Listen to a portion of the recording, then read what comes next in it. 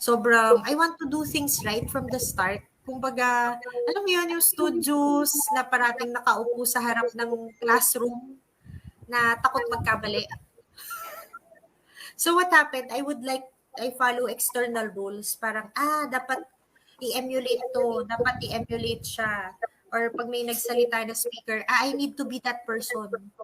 Pero over time, dahil nga sa sobra kong studios, I studied these other people. Parang I lost myself along the way. Yeah. Parang Maganda ganon. yun. Tapos, I just want to, oo. yeah, I wanna add in also, Kati, kasi naka-resonate ako with that, no? So, by the way, hi for the ones joining pala tonight, no? Matt, Angela, si Chris rin with his Pokemon, ano. So, yeah, like I want to share, I want to bring this also to those watching tonight also. Kasi yeah, you brought up a really good point. I know that there's a lot to unpack. So, gusto kong namnamin rin. Na how many of you also who are watching, diba? Like how many of you baka you've been influenced by a role model, diba? You've been influenced by your parents or your peers. Maybe you've been like them, or maybe you've turned out differently from them, diba? Pero how many of you, because of that also, diba? You also tend to forget like what is your own identity, or you tend to get influenced or swayed kasi that's my biggest that's also story of my life rin yun, Tati. So what does that result to, diba? Like sometimes maybe for you, for those watching, diba? Maybe you also struggle to say no.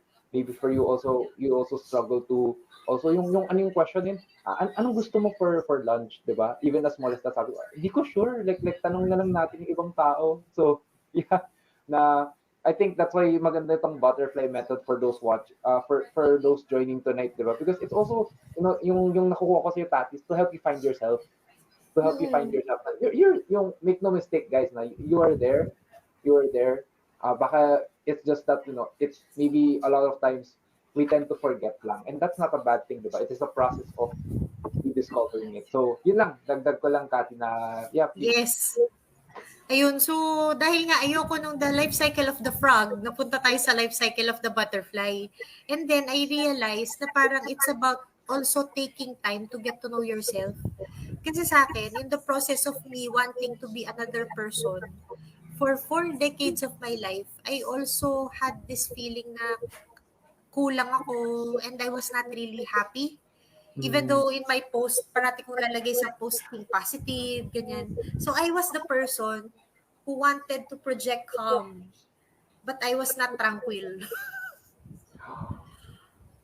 Kasi I wanted to be matagal naman na, I know that there's no such thing as perfect, pero I want to be somebody who's a role model for another person. I'm the Mm. eldest, I just put all this pressure on myself. As the eldest, I want to be the role model for my siblings. As a mother, I want to be a role model for my son. As a wife, I want to be a role model for my husband. Even when I walk down the street, I want to be a role model for other people.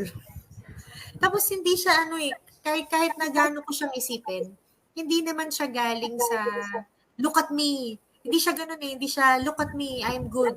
It's more of I have this dream kasi of utopia. Maybe I'm crazy, I think I am. Pero I'm dreaming of a world where we accept each other. I'm dreaming of a world also na mabait lahat ng tao, na we respect each other, na parang dun ko nilagay yung pressure ko sa sarili ko. So, this is how you do it. Yeah. And yeah, Oo. I love that din kasi, Tati, no? Yung naalala ko yung, if you know that song, diba, yung Imagine at Imagine, all good people, diba? Na yung it's good I think it's also good to have ideals kasi ayun, and just a reminder, diba, Tati, like